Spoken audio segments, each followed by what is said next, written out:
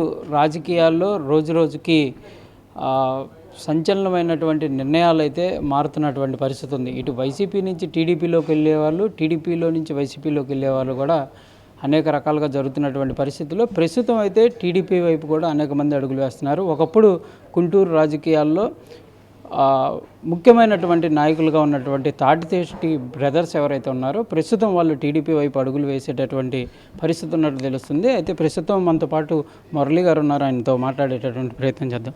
Sir చెప్పండి, ఒకప్పుడు Tatishetti brothers అంటే గుంటూరులో ఒక రకంగా రాజకీయాల్లో టాప్ పొజిషన్లో ఉన్నారు, కొంత మధ్యలో సైలెంట్ అయినటువంటి పరిస్థితి ఉంది. ఇప్పుడు టీడీపీలోకి ఎందుకు వెళ్ళాలనుకుంటున్నారు? అసలు గతంలో అందరికీ తెలుసు, ఇక్కడ గుంటూరు జిల్లాలోనే మా యొక్క ముద్ర వేసి రాజకీయాలు చేసిన పరిస్థితి ఉంది. ఆ పరిస్థితి 2019లో జగన్మోహన్ రెడ్డి గారు పిలిచి పార్టీలు చేర్చుకున్నారు.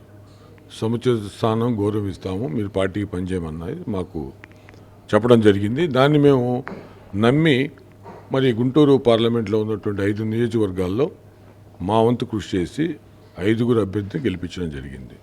మా వంతు కృషి గణనీయంగా వాళ్ళ గెలుపులో ఉంది.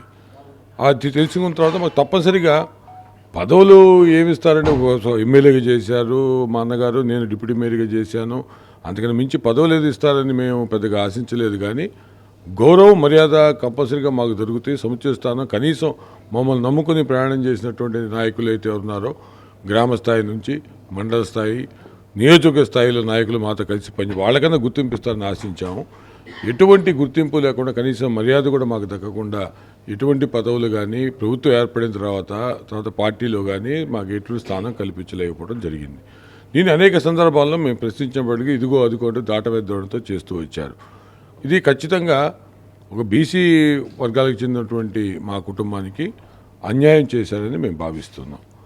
అది మరి దాన్ని మేము ప్రజల్లోకి వెళ్ళినప్పుడు ఆత్మీయ సమావేశం పెట్టుకొని ఇటువంటి పరిస్థితి ఉంది, ఏం చేయాలని మేము ఒక ఆత్మీయ సమావేశం పెట్టుకుంటే సుమారు 15-20 వేల మంది జనం మాకు ఆత్మీయంగా సంఘటితంగా మాకు మద్దతు ఇస్తూ మీరే నిర్ణయం తీసుకుంటే ఆ నిర్ణయంలో మేము ఫాలో అవుతామని చెప్పడం జరిగింది. అందరూ కూడా 80% మంది ఈ వైసీపీలో ఈ జగన్మోహన్ రెడ్డి గారి నాయకత్వంలో నడుస్తున్నటువంటి ప్రభుత్వంలో మనకి ఎటువంటి అవకాశాలు వచ్చే అవకాశం లేదు, ఇది పెత్తందారులకి మాత్రమే అవకాశం ఇచ్చే పరిస్థితి ఉన్నటువంటి పార్టీ, పేదలకు కానీ బడుగు బలహీన వర్గాలకు కానీ పదవులు ఇచ్చినా కానీ దానికి వాళ్ళకి మరి కనీసమైనటువంటి ఆ పదవిని ఎంజాయ్ చేసే అవకాశం కూడా లేకుండా పెత్తందారితనంతో పైన వాళ్ళ మనుషులే కొనసాగిస్తున్న పరిస్థితిని వెల్లడించారు. మేము దాన్ని అభిప్రాయం తీసుకున్నాం, దానికి అనుగుణంగా ఈరోజు నిర్ణయం తీసుకున్నాం కూడా. వాస్తవంగా చెప్పాలంటే మేము 2 రోజుల్లో తెలుగుదేశం పార్టీలో మా అంచరగణం, మా బంధువులు, మా స్నేహితులు, మా సన్నిహితులు, మా శ్రేయోభిలాషులతోటి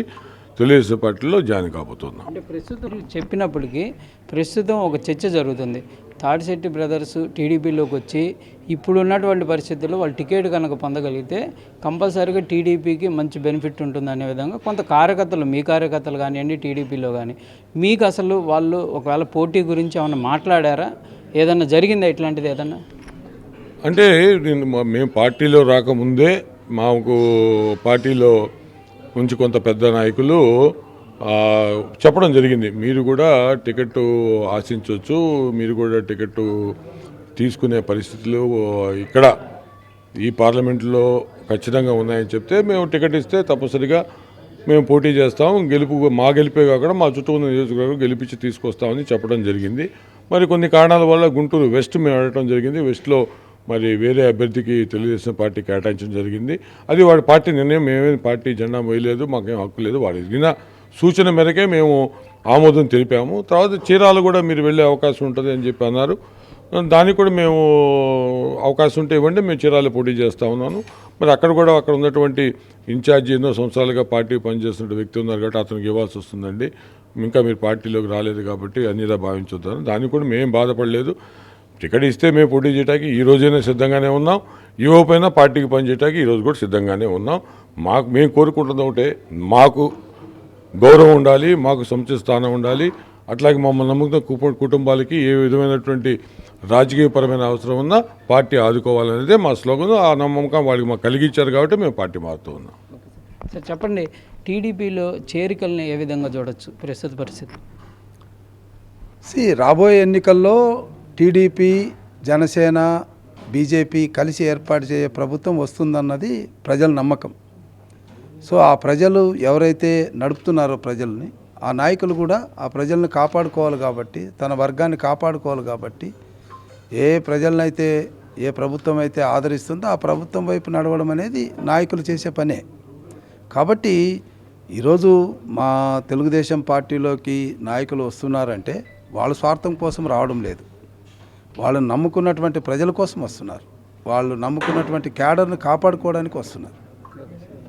ఇది ప్రస్తుతం అయితే రాజకీయ పరిస్థితులు కానీ క్యాడర్ యొక్క వాళ్ళు చెప్తున్నటువంటి విధానం ఏదైతే ఉందో, మనం కంపల్సరీగా ప్రస్తుతం పార్టీ నుంచి టీడీపీలోకి మారితే కంపల్సరీగా మేము కూడా బెనిఫిట్ అవుతాం అనే విధంగా కార్యకర్తల ఒక మనోభావాలు వ్యక్తం చేస్తున్నటువంటి పరిస్థితుల్లోనే తాము టీడీపీ వైపు అడుగులు వేస్తున్నట్టు కూడా తాడిశెట్టి మురళి అయితే చెప్తున్నటువంటి పరిస్థితి ఉంది.